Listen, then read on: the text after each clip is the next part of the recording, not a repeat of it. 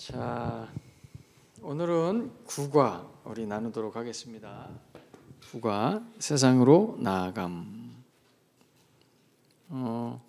굉장히 민감한 주제 이슈일 수 있습니다.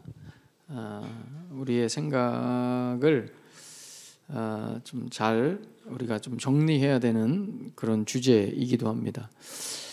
이 세상으로 나아감 이 무슨 주제냐면 이제 문화에 관한 것입니다. 문화. 비단 문화뿐만이 아니라 이제 정치나 교육이나 이 문화가 다 이제 포괄하는 어떤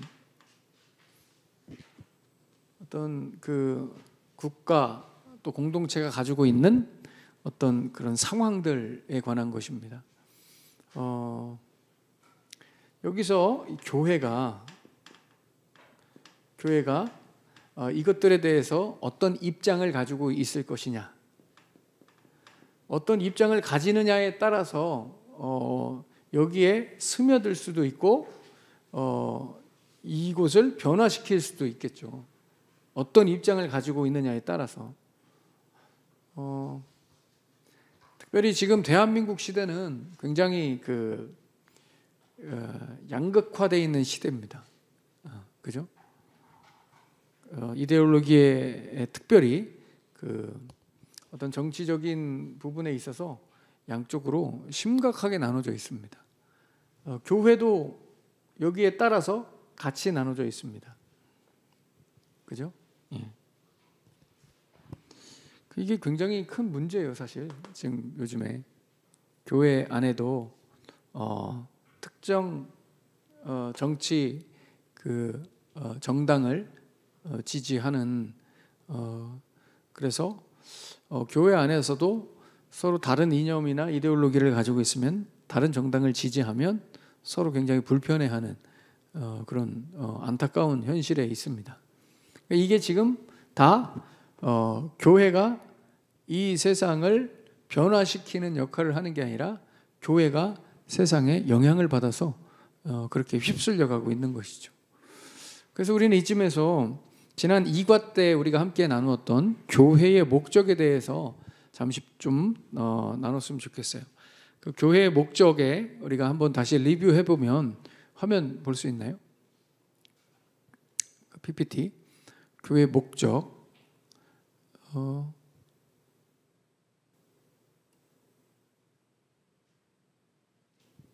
자, 교회 목적 쭉 넘겨보세요. 자, 쭉. 자, 보세요. 그 다음 쭉. 자, 그렇지. 그 다음 쭉. 좋습니다. 자, 여기 보세요. 여러분, 인생과 교회의 목적. 인생과 교회를 동일하게 했죠. 왜냐하면 교회라는 것은 우리 각자이기 때문에 그렇습니다.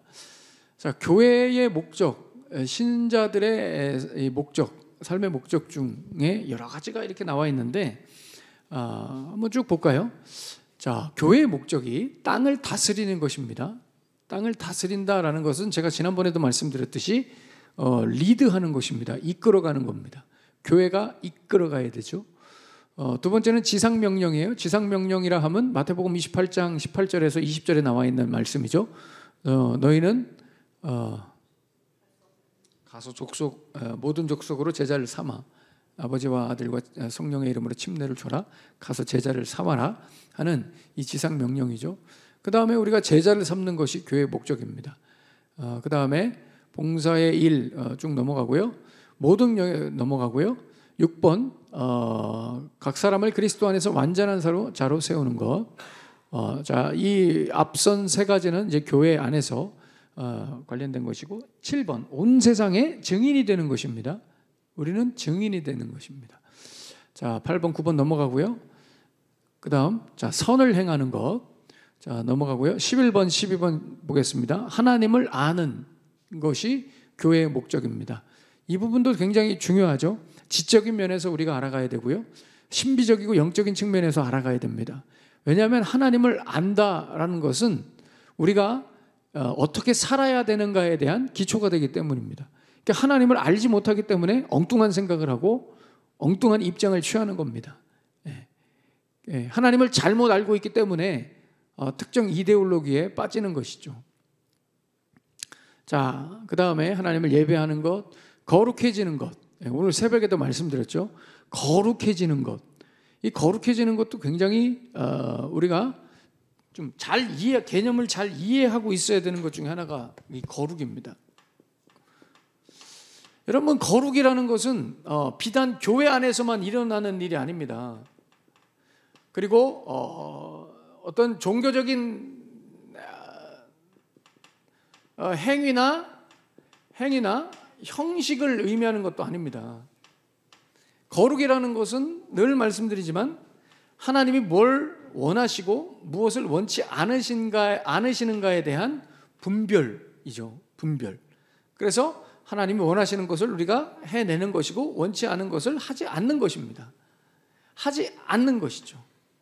그런데 종교에서는 이런 어떤 구체적인 삶의 어떤 우리가 살아야 할 내용을 포커스를 맞추는 것이 아니라 어떤 종교적인 행위나 형식에 포커스를 맞춰서 예배 드리면 거룩한 걸로 생각하죠. 그죠? 어떤 종교적인 그런 액션을 취하면 우리가 거룩이라고 생각해요. 그러나 삶에서 우리가 하나님이 이렇게 살아라, 이렇게 살지 말아라 하는 것에 대해서 순종하지 못했다면 우리는 아무리 예배를 드려도 거룩하지 않은 것입니다. 아무리 예배를 드려도 거룩하지 않은 거예요. 그래서 거룩이란 개념을 여러분들이 좀 잘 이해하셔야 됩니다. 굳이 여기랑 연결시키면 특정 정당이나 이데올로기를 내가 지지한다. 거룩하지 않은 것입니다. 거룩하지 않은 것입니다, 여러분. 자, 그 다음 볼까요?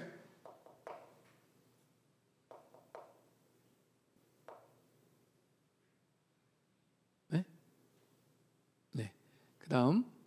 자, 거룩해진 것, 하나님을 영화롭게 하는 것. 그죠? 오늘 새벽에도 우리가 그 데살로니가전서 4장에서도 말씀 나눴죠. 하나님을 기쁘시게 할 것이 무엇인지를 생각해야 되는, 하나님을 영화롭게 하는 것. 16번 넘어가고 또 17번 그리스도 또 하나님과 같은 넘어가고 18번 하나님 첫째, 다른 사람 둘째, 나는 셋째. 그 다음, 자, 그리스도를 알고 그를 알리는 것. 자, 보세요. 그리스도를 알고, 교회의 목적이 그리스도를 알고 그분을 알리는 것이죠. 그런데 내가 특정 어떤 이데올로기의 편에 이렇게 속해 있고 문화에 대해서 또 어떤 교육적인 부분에 대해서 내가 어떤 한 입장을 가지고 있을 때 우리는 한 입장을 둘 중에 한 입장을 가지고 있을 때 나머지 한쪽은 버린다는 얘기잖아요. 그죠? 그래서 여러분, 교회에서는 어떤 정치적인 입장을 가지기가 어렵습니다.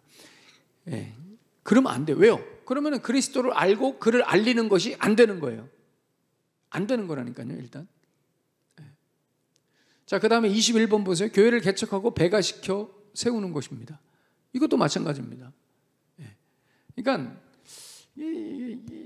저거에서 제일 어려운 게 뭐냐면 민족주의입니다. 민족주의. 정치랑 민족주의랑 연결돼 있죠. 이 정치, 왜 특정 정치 이념에 우리가 빠져 있습니까? 나라를 사랑한다는 거예요. 우리가 다. 여러분, 이쪽도 다 나라를 사랑하는 사람들이 이렇게 열을 내는 겁니다. 이 민족주의, 대표적으로 성경의 민족주의에 빠져 있는 사람이 누구였어요? 요나였죠. 요나. 니느웨에 가서 복음을 전해라. 그럴 수 없습니다. 저는 악한 놈들에게 복음을 전할 수 없습니다. 하나님이 당황스러우신 거예요. 아니, 복음을 전하라는데, 야, 네가 악하다고 하면 어떡하니? 아닙니다. 저놈들은 우리 민족의 적입니다. 이게 복음이 전해지지가 않는 거예요. 우리 민족의 적이기 때문에. 그죠? 네. 그래서 일본에 그렇게 선교사들이 안 나가는 거예요. 네? 안 나가요. 그렇게 가까운데도 안 나가. 일본에는 선교사들이 안 나갑니다. 잘. 선교사님들이 많이 없죠. 그래서 그 선교사님들, 지금 현재 있는 선교사님들이 그래도 교회를 개척하고 이렇게 건물도 세우고 이렇게 다 사역을 했는데 이 젊은 사역자들이 없어가지고 이 교회가 그냥 문을 닫게 생긴 교회들이 굉장히 많아요, 지금 일본에. 왜? 일본은 우리 민족의 원수잖아요. 안 가는 거예요. 이게 참 안타까운 겁니다. 이게 그러니까 교회가 여기에 다 빠져 있는 겁니다. 자, 그다음 볼까요? 그다음 불신자들에게 복음을 전하고 신자들을 세우는 것. 이것도 여러분 우리가 문화 속에 빠져들어 정치 어떤 이데올로기에 빠져 있으면 저게 안 되는 거예요. 그리스도의 나라를 가까이 오게 하는 것 마찬가지고, 세상의 공의를 가져오는 것 마찬가지죠. 그리스도의 교회를 세우는 것 마찬가지고, 전도하고 훈련하고 파송하는 것 마찬가지. 그러니까요, 보세요. 우리가 어떤 이 시대가 가지고 있는 이 시대의 사조의 어떤 특정 부분에 내가 편에 속해 있고 어떤 한 부분에 내가 빠져 있으면 교회로서의 기능, 신자로서의 역할을 해낼 수가 없다는 얘기입니다. 절대적으로 없다는 겁니다. 네. 물론 제가 자꾸 이렇게 정치 쪽으로 가지만 문화도 마찬가지입니다. 우리가 이 문화라고 하면 뭐 여러 가지가 있을 수 있어요. 이 문화라는 것에 대한 정의가 너무 광범위해가지고, 그러나 이제 교회가 이렇게 좀 신경 써야 되는 그 여러 가지 문화적인 부분들이 있죠. 네? 좀 극단적으로 가면 요즘에는 퀴어도 문화죠. 네. 그래서 요즘 젊은 사람들은 요거 문화로 생각합니다. 그래서 놀러 가죠, 시청에. 네. 영화, 드라마, K-팝, 뭐 이런 문화도 있고 여러 가지가 있잖아요. 쭉쭉쭉쭉. 어떤 사상들. 사상이라는 것은 세계관이잖아요. 네. 요즘에, 그죠?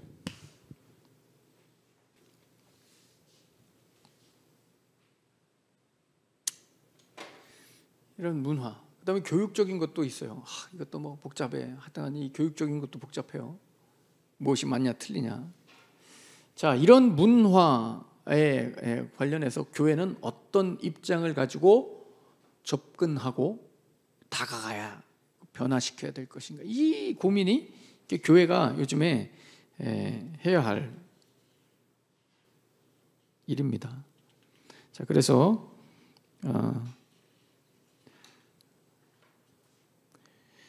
자, 이제 그 국어 그거 쪽에 한번 볼까요? 국어. 자, 개관. 그다음.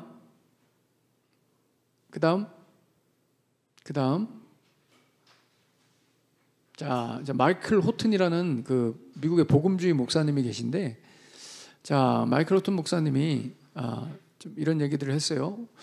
자, 우리는 우리 속에 있는 소망에 관한 이유를 묻는 자들에게 대답할 준비가 되어 있는가, 아니면 우리는 우리가 처한 깊은 영적 위기에 대해 계속해서 도덕적, 정치적 해결 방법에 너무 사로잡혀 있는 나머지 아이러니하게도 결국에는 그 위기를 심화시키고 있는 것은 아닌가. 마이클 호튼 목사님이 이런 얘기를 했어요. 성경은 우리가 피해야 할 두 가지 위험이 있다고 가르칩니다. 그것은 분리주의와 세속성입니다. 분리주의와 세속성.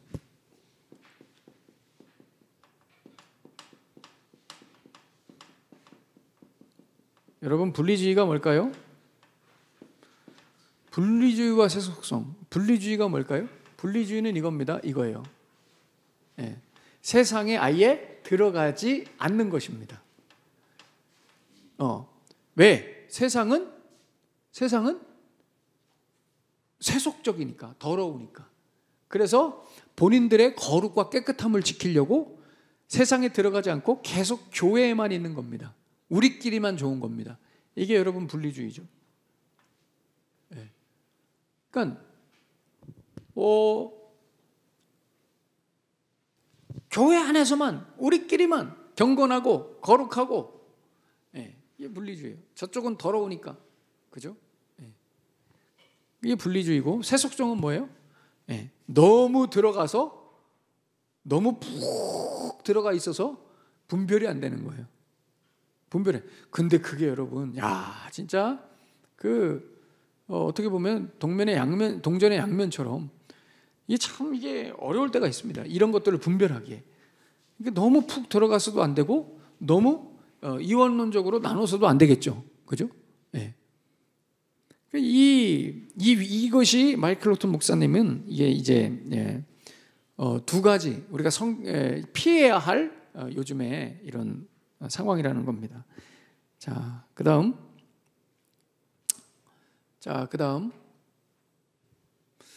필립 얀시라는 분이 놀라운 은혜의 향기를 뻗으리라고 부르심을 받은 그리스도인들이 오히려 비은혜의 유해한 도끼로 세상을 오염시키는 것은 어찌된 일인가? 만일 은혜가 그토록 놀라운 것이라면 어째서 그리스도인들은 그 은혜를 더 많이 나타내지 않는 것인가? 자, 교회는 항구요, 안전한 곳이 되어야 한다. 그래서 우리 가족이 세상으로부터 교회에 찾아와 격려와 힘을 얻고 다시 세상으로 나아가 증인이 될 수 있어야 한다. 우리는 비그리스도인들을 교회로 끌어들이는 일에 너무 초점을 맞추어서는 안 된다. 그들은 우리가 하고자 하는 일을 희석시킬 뿐이다. 이것은 좀 아니죠.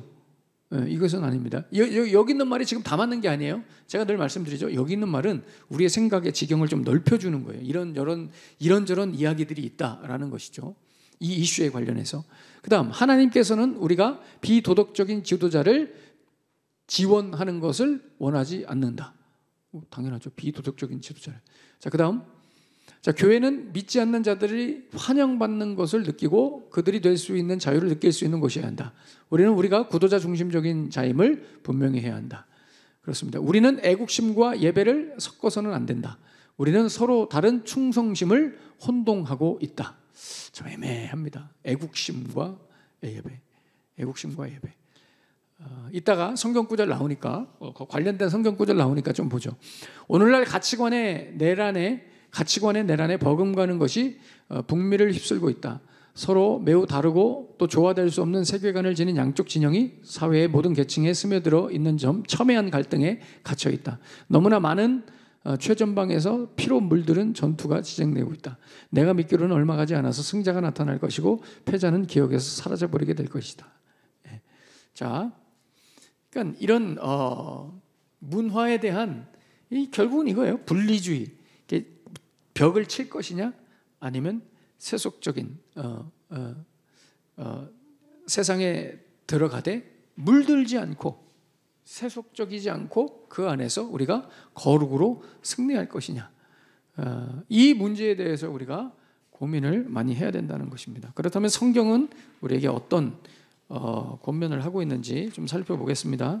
자, 89페이지에 보시면, 자, 마태복음 5장 13절에서 16절에 보시면 너희는 세상의 소금이라 말씀합니다. 소금. 그리고 14절에 보면 너희는 세상의 빛이라 말씀하죠. 네. 그러니까 소금의 역할은 짠맛입니다. 짠맛. 자, 생각을 해보세요. 소금이 짜요. 그런데 그 짠맛을 발휘하려면 어디로 가야 돼요? 그냥 가만히 있으면 짠맛이 발휘가 되나요? 아니죠. 짠맛을 발휘할 음식으로 들어가야 될 거 아니에요. 사용돼야 될 거 아니에요. 이게 굉장히 중요합니다. 그래서 우리가 소금이다 하는 것은 우리가 세상으로 들어가야 된다는 것입니다. 그래야지 그 짠맛을 발휘할 거 아니에요. 근데 우리는 그 짠맛을 그냥 우리끼리만, 당신은 정말 짜네요. 당신이 더 짠데요. 당신은 왜 이렇게 싱겁죠? 계속 우리 안에서만 이런 게 아무 소용없다는 거예요. 이 안에 들어가야지 짠맛이 짠맛 되는 거예요. 그러니까 세상에 들어가야 된단 말이에요. 무슨 얘기예요? 사람들과도 사귀고, 그죠? 교제하고, 일하고 하는 그 상황 속에서 우리가 소금의 맛을 보여줘야 된다는 것이죠. 자, 그 뒤에 두 번째는 빛이에요. 빛. 세상의 빛. 빛은 특징이 뭐예요? 빛은 여러분 어두운 데 있으면 밝아지는 거예요. 그러니까 어두운 데로 또 가야 되는 것이고요. 빛은 감출 수가 없어요. 빛은 감출 수가 없다고요. 그러니까 드러나게 돼 있다고요.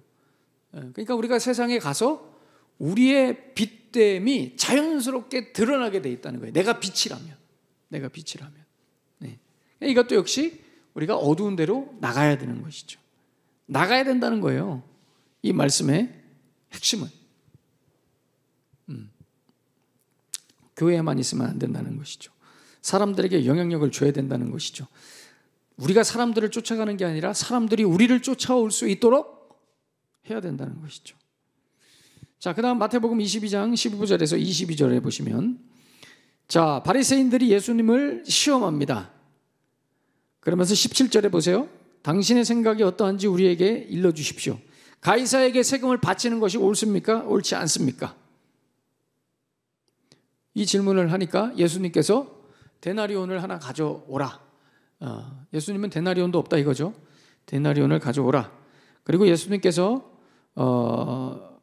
이렇게 말씀하십니다. 21절에 이르되 가이사의 것은 가이사에게, 하나님의 것은 하나님에게 바치라. 이렇게 말씀해요. 이게 무슨 말입니까? 이게 무슨 말이에요? 분리하라는 거예요? 하나님 것 따로 드리고 가이사에게 드릴 것 따로 드리고 하라는 건가요? 예, 아직도 저는 이 본문을 보면은 그 신학교 다닐 때 그 헬라어 교수님의 그 말을, 이 본문에 대한 해석을 잊지 못합니다. 가이사의 것은 가이사에게, 하나님의 것은 하나님에게 바치라 했을 때, 가이사의 것은 가이사에게, 그 다음에 이 원문에 보면 접속사가 있거든요. 카이라는 접속사가 있습니다. 카이가 뭐예요? 그리고, 그래서, 그러나, 다 돼요. 카이가. 그게 무슨 얘기예요? 가이사의 것은 가이사에게 드려라. 여기서는 그러나라는 것이죠. 그러나 하나님의 것은 하나님에게 드려라 라고 해석을 해야 된다는 거예요. 그 헬라어 교수님의 말에 의하면. 그게 무슨 의미예요? 가이사의 것은, 이 시대 권세자에게 드릴 것은 가이사의 것이라 생각하면 가이사에게 줘라 말이에요. 그런데 하나님의 것이라 생각하면 하나님께 드려라 말이에요. 이게 무슨 말일까요? 그러면 가이사의 것이, 뒤에 말 때문에 앞에 말이 이게 의미가 없어지는 거예요. 가이사의 것은 가이사에게 드려. 그러나 하나님의 것이면 하나님께 드려라. 그러니까 가이사의 것조차도 다 하나님 거라는 거죠. 무슨 얘기인지 아시겠습니까? 세상에 가이사의 것이 있습니까? 없습니다. 하나님의 것이죠. 예. 그러니까 예수님의 지혜가 담겨져 있는 그런 대화입니다. 이게 무슨 얘기냐면, 세상법, 여러분 세상법을 준수해야 되겠죠? 세상법을 준수해야 됩니다. 세상법을 준수하지만 그러나 하나님 나라의 통치를 받으라는 겁니다. 세상법. 요즘에도 주일에 국가고시 보시죠? 하다못해 태권도 심사도 주일에 보잖아요. 그죠? 예. 예전에 제가 산하 태권도 주일에 심사 볼 때 가지 마라. 그래서 아빠 저 가서 심사 태권도 단 따고 싶어요. 가고 싶어요. 그래. 가지 마라. 왜 가지 마야 되냐면, 아빠가 평신도면 가라고 하겠는데 목사라서 그렇게 해야 되냐고. 네. 하도 징징대가지고 어떻게 했을까요? 하도 징징대서. 네. 근데 그 시험이 이제 시간이 조금 애들 예배 시간하고 겹치진 않았어요. 근데 가기가 좀 애매했죠. 시간이 버스 타고 뭐 가기가. 하도 징징대가지고 그냥 예배 잽싸게 드리고 빨리 가라 그래가지고 가서 단 따고 그랬어요. 네. 여러분 주일날 그 국가고시 보는 거 가야 돼요, 안 가야 돼요? 너무 세속적인 거 아닙니까? 세상에 푹. 네? 그러니까 우리가 맨날 이 갈등이라고요. 시험을 보러?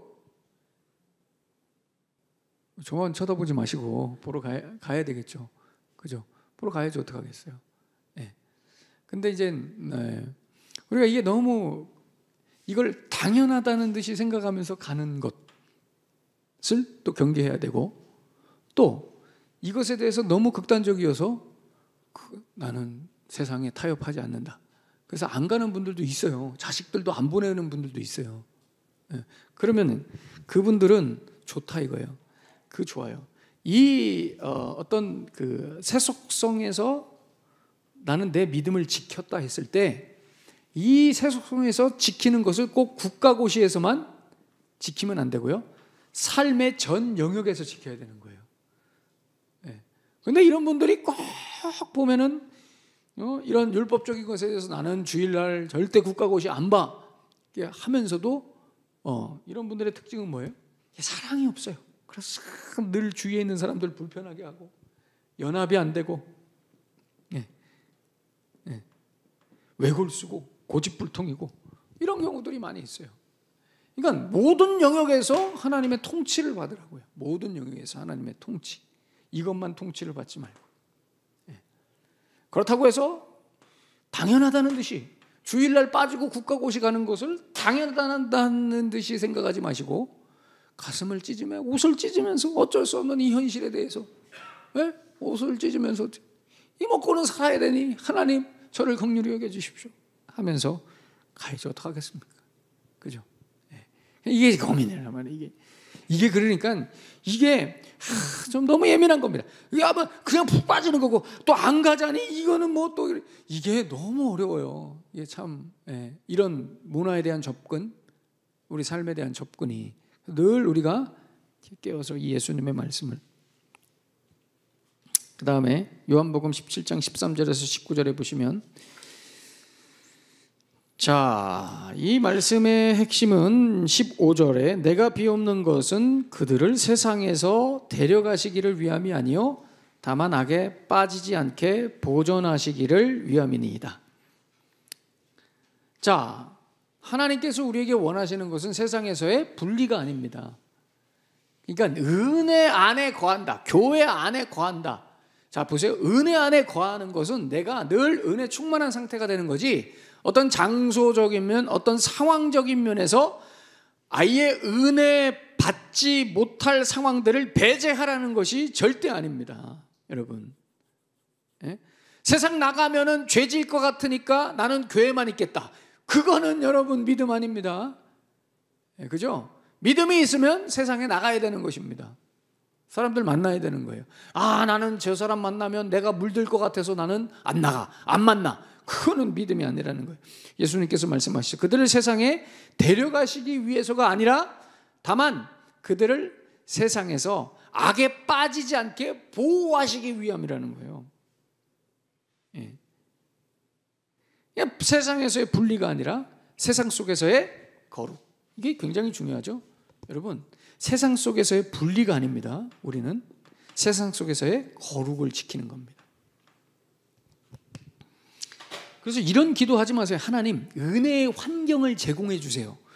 여러분, 은혜의 환경이 어떻게 제공됩니까? 이 세상에서. 그잖아요. 당장 집만 가도 안 되는데 은혜의 환경이라는 건 없어요? 내가 은혜 덩어리가 돼야 되는 거예요. 그냥 내가 은혜 덩어리가 되어서 주위에 있는 그 은혜에 받지 못하게 하는 그런 환경들을 내가 빛으로 소금으로 변화시켜 가야 되는 것이지 안 나가는 것이 능사가 아니라는 거죠.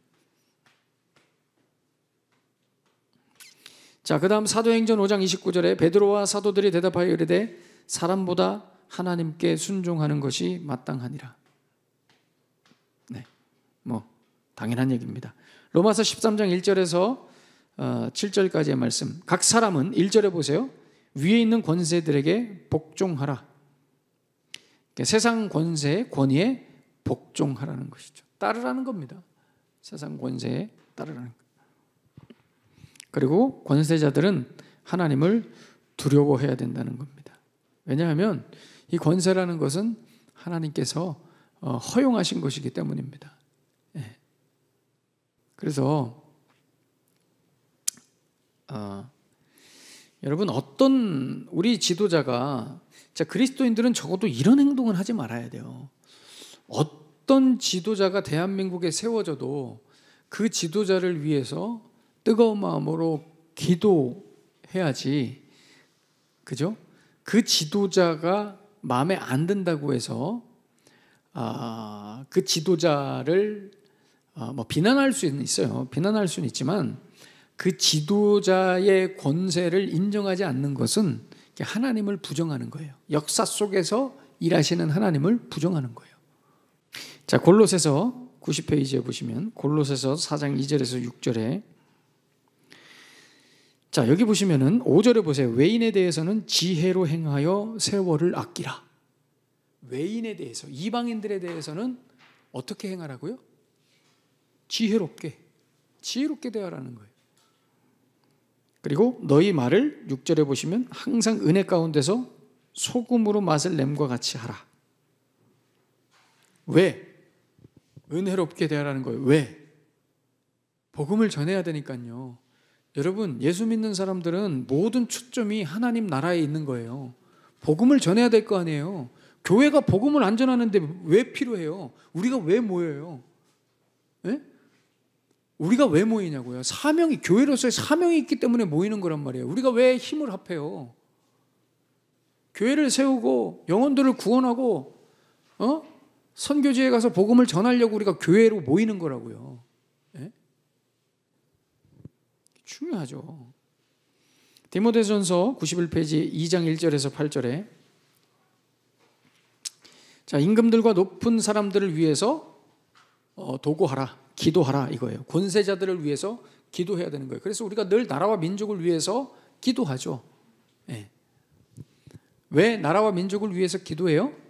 이 나라 백성이니까 기도하는 거예요. 하나님이 그렇게 우리를 이곳에 보내주셨기 때문에 기도하는 거라고요. 네. 그리고 저 여기 뒤에 보면은 고요하고 평안한 생활을 하려 함이라. 고요하고 평안한 생활을 하려 함이라.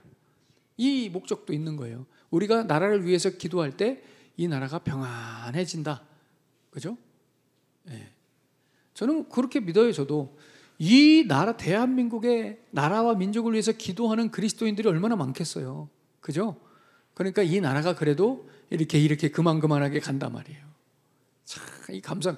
우리나라처럼 여러분 이렇게 긴장감이 있는 나라가 있는 줄 아십니까?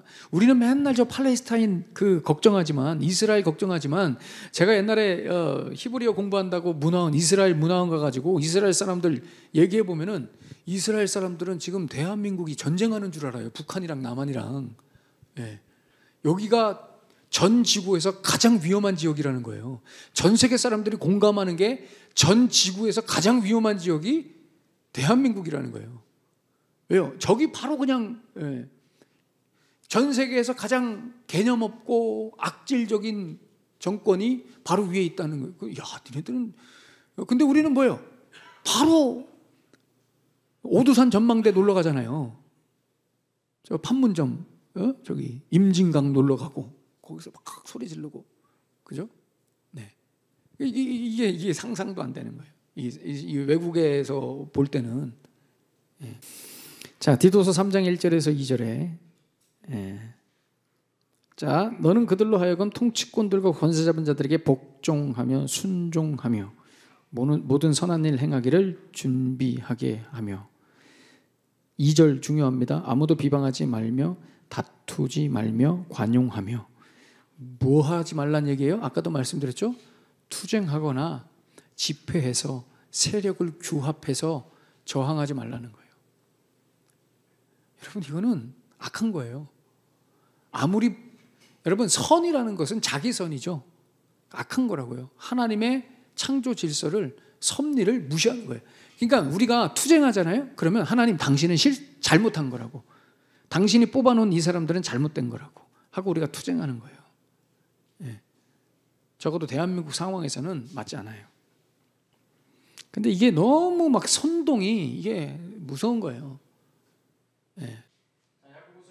1절에 하나님 아버지 앞에서 정결하고 더러움이 없는 경건은 뭐예요? 경건 곧 고아와 과부를 그 환난 중에 돌보고 자기를 지켜 세속에 물들지 아니하는 그것이니라. 그 미국의 굉장한 그 학자, 미국의 지식이라고 일컫는 조던 피터슨이라고 하는 분이 계세요. 조던 피터슨이 이제 막 얼마 전에는 이 동유럽권의 지금 철학의 핫한 가장 유명한 사람이 요즘에 이 슬라보의 지젝이라고 하는 무신론자가 있거든요. 근데 그 사람이랑 조던 피터슨이랑 이렇게 막 대담한 그런 것도 있어요. 너무 재밌죠, 그런 거 보면은. 예, 여러분들도 그런 거 보면 되게 재밌어요. 근데 이 조던 피터슨이 이런 토크쇼 뭡니까? 질문과 대답받는 어떤 그런 프로그램에서 어떤 한 분이 지금 기후 위기와 전쟁과 그 다음에 여러 가지 이 세상에 이슈들이 있는데 이 모든 것을 온몸으로 받아내는 우리 젊은 세대가 우리가 어떻게 해야 되냐, 이런 우리가 고스란히 그 결과에 대해서 우리가 다 받고 살아가야 되는데 어떻게 해야 되냐 했더니 이 조던 피터슨이 뭐라고 하냐면 네 방부터 치워라. 이 이야기가 굉장히 유명해요. 네 방부터 치워라. 그러니까 얘가 멈칫하다가 아니 그래도 실질적인 대안을 주십시오. 지금 이런 상황에서 우리 젊은 사람들이 어떻게 행동해야 되니? 너 방부터 치우라고. 네 방부터 너저분하고 네 삶도 너저분한 지금 그런 상황 속에서 이게 무슨 얘기예요? 우리 각자가 해야 할 일을 해야 된다는 거예요. 성실하게 우리 각자가 해야 할 일을. 거기서 준비가 되는 거예요. 준비가 돼서 기회를 주시면 그 기회 속에서 우리가 올바른 선택을 해서 조금씩 바꿔나가는 것이지 투쟁을 해서 뭔가를 크게 해서 바뀌지 않는다는 거예요. 이 세상이.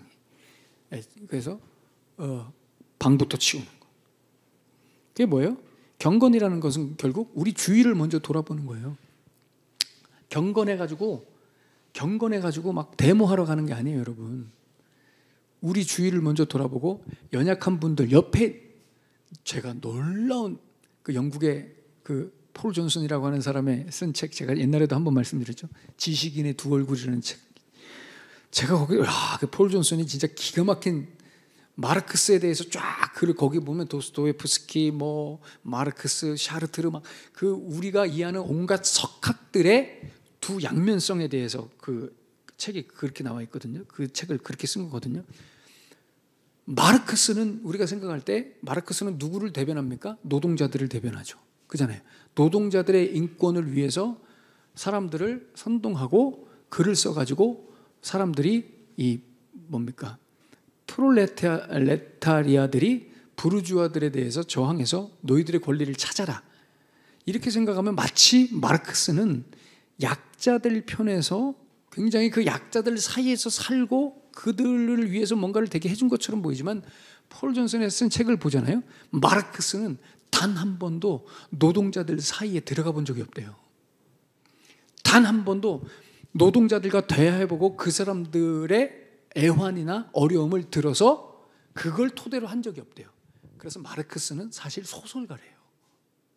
그걸 다 그 겉에서 보고 선동을 해서 기존에 있는 부르주아들을, 기득권들을 무너뜨리는 거기에 쾌감. 그러니까 마르크스는 뭐에 쾌감을 느껴요? 내가 선동을 해서 사람들이 움직이는 걸 보고 쾌감을 느낀다는 거예요. 이게 무슨 얘기냐? 이게 무슨 얘기? 우리는 우리 내 옆에 있는 그 옆 지체 약한 사람을 돌아보지는 못하지만 이 사회의 정의를 이야기한단 말이에요. 그죠? 이게 아이러니한 겁니다. 아이러니한 거예요. 정의는 내 옆에 있는 지체부터 돌아보는 게 정의죠. 이게 성경의 정의입니다. 성경의 정의. 고아와 과부와 연약한 사람들을 돌보고 밥이라도 한 번 더 사고, 그죠? 이게 정의, 경건. 자, 넘어가겠습니다. 시간이 많이 됐네. 자, 마지막으로 92페이지에 보시면 자, 베드로전서 3장 13절에서 17절의 말씀. 자, 의를 위하여 고난을 받으면 복이 있는 자니. 그래서 여러분 그렇게 살아갈 때, 우리가 이렇게 살아갈 때 고난이 있을 수 있다는 것이죠. 예. 그러나 우리가 빛으로 소금으로 살아갈 때 고난이 있습니다. 분명 고난이 있습니다. 소극적으로는 좀 손해나 이런 것들이 있을 수 있고요. 적극적으로는 어떤 핍박이나 환난이 있을 수 있습니다. 그러나 그럼에도 불구하고 우리는 빛되는 것에 소금되는 것을 포기하지 않고 늘 우리는 준비해야 돼요. 이런 삶을 계속 살아서 준비해야 돼요. 뭘 준비해야 돼요? 이 준비를 해야 돼요. 분명히 사람들이 이 질문을 할 때까지 우리는 이 길을 가야 돼요. 어떤 질문? 거기 적어놓으세요. 당신은 왜 그렇게 삽니까? 라는 질문을 받을 때까지 우리가 살아야 돼요. 당신은 왜 그렇게 삽니까? 당신은 왜, 아무리 생각해도 당신은 왜 그렇게 살아요? 왜 그렇게 미련하게 살아요? 왜 그렇게 맨날 손해보고 살아요? 왜 당신은 아무것도 하지 않아요? 왜 그렇게 살아요? 여러분, 우리가 이 질문을 받으려고 우리가 그렇게 사는 거예요. 그럼 이 질문에 대한 답도 우리가 준비해 놔야 되겠죠. 그래서 거기 보면 뭐라고 말씀해요? 너희 마음에 그리스도를 주로 삼아 거룩하게 하고 너희 속에 있는 소망에 관한 이유를 묻는 자들에게 대답할 것을 항상 준비하라는 거예요. 온유와 두려운 마음으로 준비하는. 그러니까 우리가 빛으로 소금으로 손해도 보고, 그죠? 말씀대로 살아요. 그럼 이 세상 사람들이 볼 때는 이상한 거예요. 아니, 왜 당신은 그렇게 살아? 자기는 왜 그렇게 살아? 이렇게 물어보게 해야 된다는 거예요. 그런데 하나도 물어보게 하지 않죠. 왜? 똑같이 사니까요. 하나도 물어볼 수가 없는 거예요. 다른 게 없으니까요.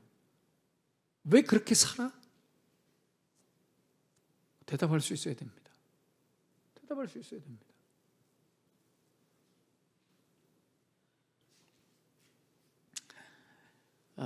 여러분, 이게 왜 그러냐면 우리가 자존감이 낮아서 그래요. 예수를 믿는 자존감이 낮아서 그래요. 예수를 믿는다는 게 뭔지를 몰라서 그런 거예요. 그러니까 다른 말로 하면 예수님으로 내가 충만하면, 내가 예수 믿는 것에 충만하면, 자, 여러분, 서울대 다니는 애들이 자존감이 높을까요, 낮을까요?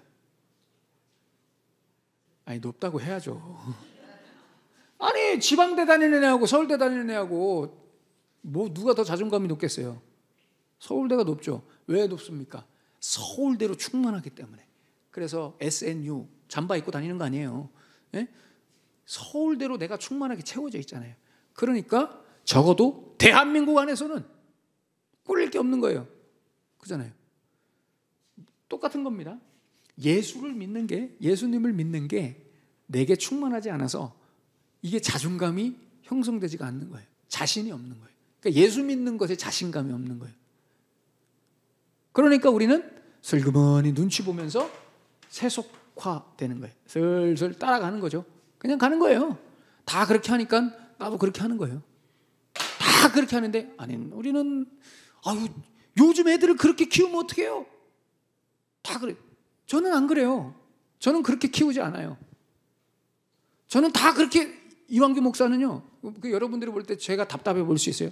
저는 저희 애들 그렇게 키우지 않아요. 네. 다르게 키워요. 말씀으로 키우고 다르게 키워요. 제가 뭘 보고 다르게 키우는지 아세요? 어떤 능력은 떨어질 수 있어요. 저는 믿음의 명문 가문을 만들기 위해서 애들을 키우지 성공자로 키우지 않아요. 근데 저는 이게 나중에 통할 거라고 봐요. 나중에 통할 거라고 봐요. 저는 우리 애들을 뭐 이렇게 성공해서 잘나게 키우지 않고요. 그냥 그만 해도 그냥 성실하게 믿음 좋은 사람으로 키우기를 원해. 저는 이게 나중에 더 큰 가치를 발휘할 거라고 저는 믿습니다. 그래서 나중에 보면은, 지금도 봐요. 우리 젊은 사람들이 결혼을 안 하려고 하는 부모님들도 그냥 그냥 할 수 있으면 혼자 살. 왜 그런지 아세요? 어떤 애가 들어올지를 모르는 거야. 너무 그만 얘기해야 돼. 어떤 애가 들어올지를 모르는 거예요. 어떤 며느리, 어떤 사위가 들어올지를 모르는 거예요. 예. 그래서 저는 보증된 특상품을 이렇게 저는 양육을 해가지고 서로 사돈 맺고 싶어하는 그런 자녀들을 저는 키우려고. 그게 제 생각입니다. 그냥 제 생각. 어쨌든 할 일이 많이 남았는데 이 시간이 이거 토론해야 되는데. 그래서 여러분, 문화, 정치, 교육, 어떤 이 세상에 대해서 우리가, 교회는 벽을 치는 것도 아니고요, 들어가야 됩니다. 들어가되 우리의 입장이라는 것은 뭐예요? 거룩입니다.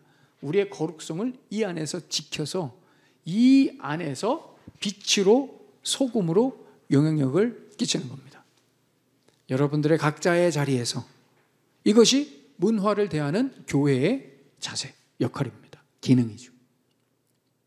그래서 오늘도 세상에 우리는 들어가야 됩니다. 세상에 들어간다는 것은 크게는 여러분들의 직장이나 사업장이나 여러분들의 삶의 터전일 수도 있지만, 작게는 우리가 들어가는 뭐 식당이나 마트나 이런 데도 다 마찬가지예요. 거기서 예의 있게 하셔야 되고요, 품격 있게 행동하셔야 되고요, 믿는 사람처럼 행동하셔야 된단 말이에요. 믿는 사람처럼. 그게 여러분, 우리가 이 세상을 변화시키는 여러분들의 정의예요. 여러분들의 일이라고요. 집회 나가지 마세요. 제발 부탁이니까 집회 나가지 마시고.